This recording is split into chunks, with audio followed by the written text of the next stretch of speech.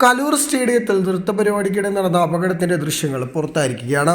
MLA Uma തോമസിന്റെ ഗുരുതര പരിക്കിന് കാരണമായ വീഡിയോ ആണ് ഇപ്പോൾ സാമൂഹ്യ മാധ്യമങ്ങളിലടക്കം പുറത്തു വന്നിരിക്കുന്നത്.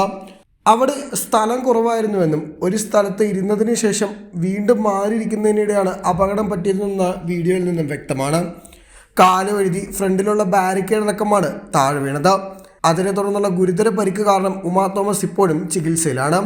മറുവശത്ത് നൃത്തപരിപാടിക്ക് കാരണമുണ്ടായ വിവാദം കത്തുകയാണ്. നൃത്തപരിപാടിക്ക് നൽകിയ റെക്കോർഡടക്കം പിൻവലിക്കണമെന്ന ആവശ്യം സാമൂഹ്യ മാധ്യമങ്ങളടക്കം ശക്തമായി ഉയരുന്നുണ്ട്. സാമ്പത്തിക ലാഭം മാത്രമാണ് ലക്ഷ്യമെന്നും ഏകദേശം 10 കോടിയുടെ അടുത്ത രൂപ തട്ടിപ്പ് നടത്തിയെന്നുമാണ് പലതരത്തിൽ നിന്ന് വരുന്ന വിമർശനങ്ങളുള്ളത്. ഓരോ കുട്ടിക്കും ഗിന്നസ് റെക്കോർഡ് സർട്ടിഫിക്കറ്റ് നൽകുമെന്ന് പറഞ്ഞാണ് നൃത്തപരിപാടിക്ക് എത്തിച്ചത്. എന്നാൽ സംഘാടകരുടെയും അംബാസിഡറായ ദിവ്യ ഉണ്ണിയുടെ പേരിൽ മാത്രമേ ഗിന്നസ് റെക്കോർഡ് വരികയുള്ളൂന്ന വിവരം പിന്നീടാണ് പലരും അറിയുന്നത്. MLAക്ക് അപകടം സംഭവിച്ച അന്ന് തന്നെ സുരക്ഷാ വീഴ്ച തുറന്നു കാട്ടിക്കൊണ്ട് പലരും രംഗത്ത് വന്നിരുന്നു. മതിയായ ആവശ്യങ്ങളില്ലാതെയാണ് 12,000 പേരെ സ്റ്റേഡിയത്തിൽ സംഘടിപ്പിച്ചതെന്നും അവർക്ക് വേണ്ട പോലെ സുരക്ഷാ ക്രമീകരണങ്ങൾ ഒരുക്കാൻ സംഘാടകർ തയ്യാറായില്ലെന്നുമാണ് അന്ന് പുറത്തു വന്നിരുന്ന റിപ്പോർട്ടുകൾ. എന്നാൽ ഈ വിവാദങ്ങളോടെല്ലാം പ്രതികരിച്ച് മൃദംഗവിഷന്റെ ഉടമസ്ഥനായ നികേഷ് രംഗത്ത് വന്നിരുന്നു.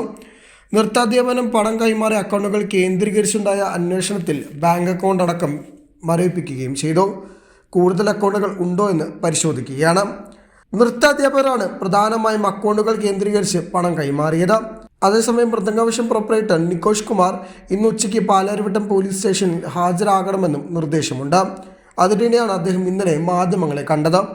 കലൂർ സ്റ്റേഡിയത്തിലാണ് മൃദംഗനാദം എന്ന പേരിൽ ഗിന്നസ് പരിപാടി സംഘടിപ്പിച്ചത്.